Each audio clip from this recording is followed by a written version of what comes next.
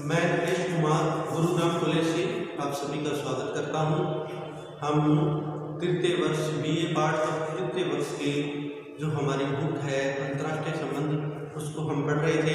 अंतर्राष्ट्रीय संबंध में हमने क्या पहले CGS पढ़ लिया, नवविदित राष्ट्रों के बारे में पढ़ लिया, G20 पढ़ लिया, गुटनबैक्स पढ़ लिया। हमने कई जो अंतर्राष्ट्रीय संबंध से संबंधित हैं उन सभी पर हमने विचार कर चुके हैं। आज हम अंतर्राष्ट्रीय संबंध में अमेरिकी विदेश नीति के निर्माण के आधारभूत कदम कौन कौन से हैं उसके बारे में अध्ययन करेंगे। तो अमेरिकी विदेश नीति प्रतियोगी उद्देश्यों एवं दबावों का एक प्रदर्शन है, एक दर्पण के रूप में कार्य करता है। जो अमेरिकी विदेश नीति है वे प्रतियोगी उद्देश्यों एवं दबावों का एक दर्पण है। यह राष्ट्रीय स्वार्थ एवं अव्यवहारिक आदर्शवाद का चित्रण मिश्रित है। अमेरिका के लोगों में यह विशेषता है कि वे अपनी समस्याओं को संपूर्ण मानव समाज की समस्या समझ लेते हैं। अंतर्राष्ट्रीय समस्याओं में अस्पष्ट होते हुए भी अमेरिका के लोग सदैव यह समझ लेते हैं कि उन्हें सन्मार्ग पर है। यह प्रवृत्ति जॉर्ज वॉशिंगटन से चलती आ रही है, जो अमेरिका के पहले राष्ट्रपति रह चुके हैं। जॉन वॉशिंगटन ने यह धारणा चलाई। यूरोप ने केवल उनकी सभ्यता की मातृभूमि है, सभ्यता ही उनकी मातृभूमि है, वरन उनके अनुयायियों का लगभग आधा भाग बसता भी वही है। जब कभी यूरोप के विनाश का भय होता है तो अमेरिकी लोग चौंकने हो जाते हैं। जब कभी यूरोप पर संकट आ जाता है तो अमेरिका में भारी राजनीतिक संघर्ष उत्पन्न हुए बिना नहीं रहता। यही कारण है कि यह कहा जा सकता है कि अमेरिकी पश्चिम की ओर मुँह करके जन्म लेते हैं। पश्चिम के जो लोग हैं, अमेरिका के जो लोग हैं, पश्चिम की ओर मुँह करके जन्म लेते हैं। अमेरिकी विदेश नीति के निम्नलिखित आधारभूत तत्व है। नंबर 1 है भौगोलिक स्थिति। अब सर्वप्रथम यह याद किया जाता है कि अमेरिका की जो विदेश नीति है उसकी भौगोलिक स्थिति पर आधारित है। तो किस प्रकार है? संयुक्त राज्य अमेरिका की विदेश नीति वहाँ के निवासियों के चरित्र और उनकी महत्वाकांक्षाओं, अंतर्राष्ट्रीय समस्याओं के प्रति अपनी प्रतिक्रियाओं या वहाँ के राष्ट्रपति और कांग्रेस के संयुक्त प्रभाव पर आधारित है। अमेरिका की विदेश नीति किसी भी विदेश नीति की भांति वहाँ की जनता के ऐतिहासिक अनुभवों, भौगोलिक स्थिति, प्राकृतिक संसाधनों, सुरक्षात्मक तनाव, मानवीय स्रोत, जनसंख्या, विदेशिक मामलों में कुशलता, राष्ट्रीय लक्ष्य और हित आदि पर आधारित है। अमेरिकी विदेश नीति के कतिपय महत्वपूर्ण निर्णायक तत्व निम्नलिखित हैं। जो निर्णायक तत्व है वो निम्नलिखित है। अब भौगोलिक स्थिति में अपनी बात करते हैं। एक फ्रेंच राजदूत ने कहा था कि यह एक ऐसा शक्तिशाली या भाग्यशाली देश है जहाँ उत्तरी और दक्षिणी में तो उसकी सीमाओं पर निर्बल पड़ोसी बसते हैं और पूर्व और पश्चिम में मछलियाँ हैं। भौगोलिक स्थिति की दृष्टि से महत्वपूर्ण अमेरिका भाग्यशाली है। उसके पास प्राकृतिक संसाधनों का विपुल भंडार है। इस भौगोलिक स्थिति के कारण अमेरिका विश्व में वाणिज्य और व्यापार में वृद्धि हुई है। अमेरिका की आधारभूत नीतियों, उसकी भौगोलिक स्थितियों और पश्चिमी गोलार्ध की सुरक्षा के लिए अनुकूल परिस्थितियों से उत्पन्न हुई है। परिणाम जलवायु, पहाड़ों, नदियों ने राष्ट्र के विकास और एकता में बाधा नहीं पहुंचाई है। अब नंबर 2 हम बात करते हैं प्राकृतिक संसाधन। यदि आर्थिक आत्मनिर्भरता शक्ति का एक तत्व है तो अमेरिका आवश्यकता पड़ने पर सभी खतरों का सामना कर सकता है। खाद्य उत्पादन, जो कि कभी गृह समस्या थी, आज अमेरिकी अंतर्राष्ट्रीय संबंधों में एक महत्वपूर्ण विषय बन गया है। सुरक्षा शक्ति। अपने बात करते हैं सुरक्षा शक्ति। प्राकृतिक संसाधनों के हम बारे में बात कर चुके हैं कि वहां पर अनुकूल मात्रा में आर्थिक दृष्टि आत्मनिर्भर शक्ति का क्या एक तत्व मात्र है जो अमेरिका आवश्यकता पड़ने पर सभी खतरों का सामना कर सकता है। खाद्य आपूर्ति को जो कि है समस्या थी, आज अमेरिका अंतर्राष्ट्रीय संबंध में महत्वपूर्ण विषय बन गया है। सुरक्षा शक्ति, निर्बलता सुरक्षा का कोई विकल्प नहीं है। उन नीतियों की अपेक्षा जो उच्च आदर्शों और ऊंची आशाओं पर आधारित होती हैं, शक्ति नीतियां अधिक सफल होती है। अमेरिका के लोगों का विचार था कि विदेश नीति को सैनिक कार्यक्रम द्वारा सहायता मिलनी चाहिए ताकि राष्ट्र को सुरक्षित रखा जा सके। अब हम बात कर रहे हैं नंबर 4, मानवीय स्रोत। अब उनके संबंध में मानवीय स्रोत क्या रहे उसके बारे में हम अध्ययन करेंगे कि अमेरिका में किस प्रकार विदेश नीति अपनी भौगोलिक स्थिति के कारण, प्राकृतिक संसाधनों के कारण और सुरक्षा शक्ति के कारण किस प्रकार प्रभावित करती है, और मानवीय तत्व है उनके स्रोत है किस प्रकार के हैं, जो मानव है वहाँ के वो किस प्रकार औसतन जो अमेरिकी श्रमिकों के प्रति व्यक्ति उत्पादन अधिकतर गैर पश्चिमी देशों के श्रमिकों के उत्पादन की तुलना में बहुत ऊंचा है। इनका कहना है कि अमेरिका के जो श्रमिक है उनका अन्य देशों की तुलना अधिकतर उत्पादन होता है और उसकी तुलना में अधिक उनका स्तर ऊंचा भी है श्रमिकों का। अमेरिका की विदेश नीति के निर्माण में इस प्रकार उसकी जनसंख्या के आकार, गुणात्मक विशेषताओं का महत्वपूर्ण हाथ है। गृह नीति और दबाव समय, गृह नीति और दबाव समय, उनकी अपनी गृह नीति और दबाव समय गुट, गृह नीति और दबाव समय गुट का अमेरिका की विदेश नीति पर इतना बड़ा प्रभाव पड़ा है।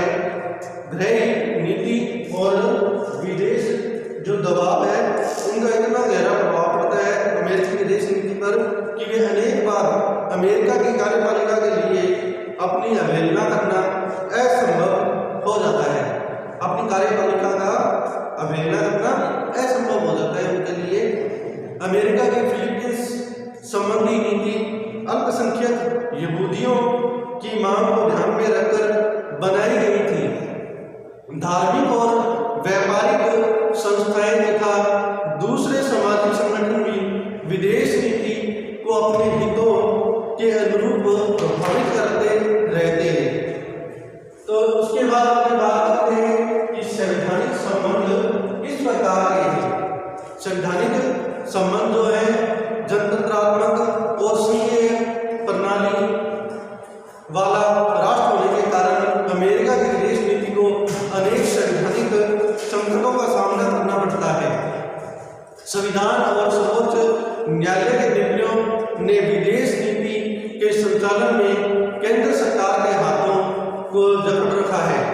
राष्ट्रपति को विदेश नीति के संचालन की जिम्मेदारी दी गई है तो उसके युद्ध और संधि आदि के निर्णय पर सीनेट पर अंकुश रखा गया है। इस प्रकार जो अमेरिका का जो संवैधानिक तंत्र है वो जनतंत्रात्मक और संघीय प्रणाली वाला राष्ट्र है।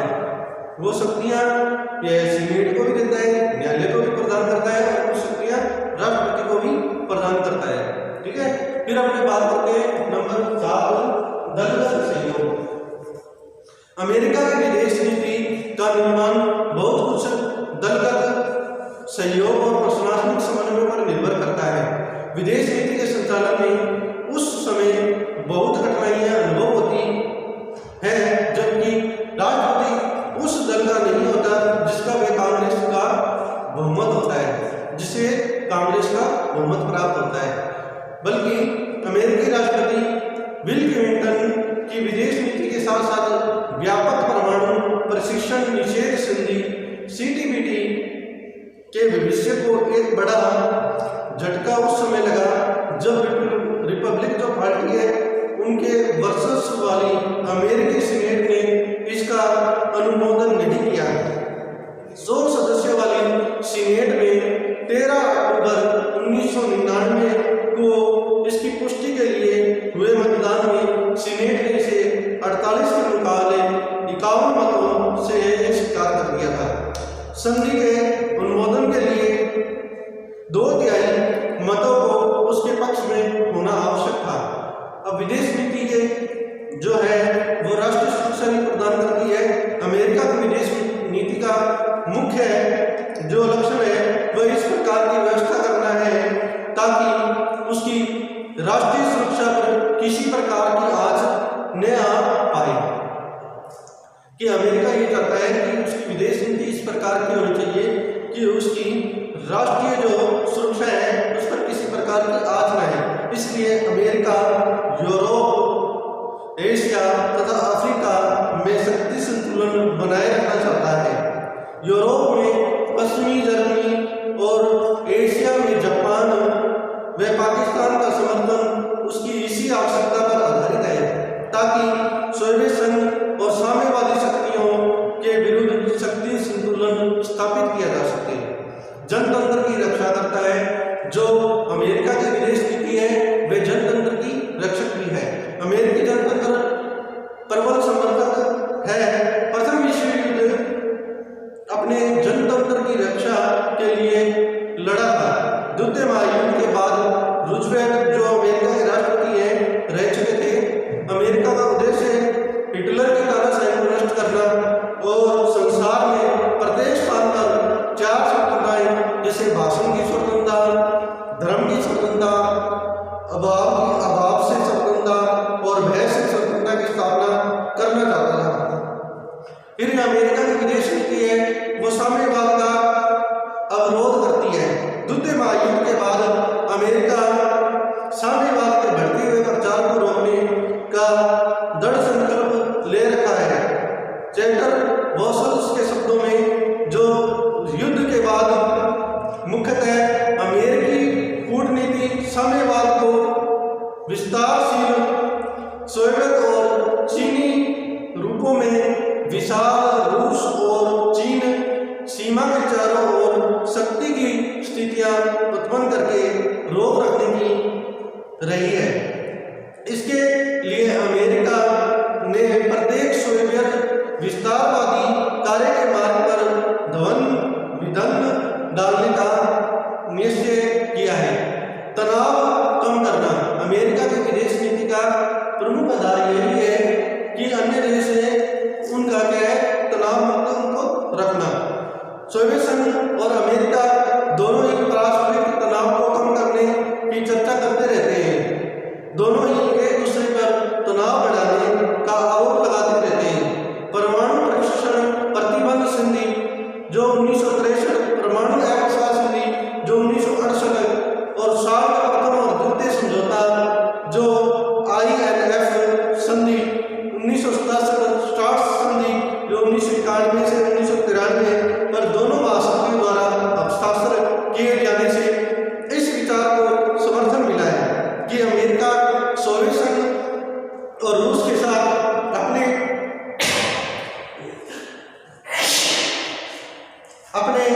तनावपूर्ण जो संबंध है उनको सुधार करना चाहता है। अमेरिका की जो विदेश नीति है उसमें एक बात और जोड़ी जाती है कि अमेरिका की जो विदेश नीति है वह शांति की प्रतीक है। डेल्स ने 1955 में कहा था कि हमारी विदेश नीति का व्यापक लक्ष्य संयुक्त राज्य के लोगों को शांति और सुरक्षा और स्वतंत्रता का सुख भोगने का अवसर प्रदान करना है। विश्व शांति का निर्माण करना है। नई विश्व व्यवस्था का निर्माण भी अमेरिका अपनी विदेश नीति में जोड़ता है।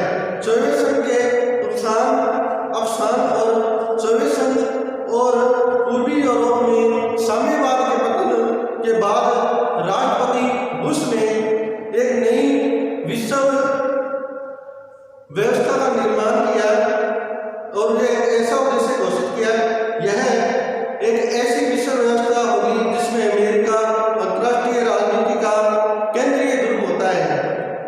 दुनिया में पूंजीवादी अर्थव्यवस्था का सुदृढ़ीकरण होगा तथा संयुक्त राष्ट्र निर्णय अमेरिकी विदेश नीति के उद्देश्य के अनुरूप करेंगे। आज संयुक्त राज्य अमेरिका अंतर्राष्ट्रीय राजनीति का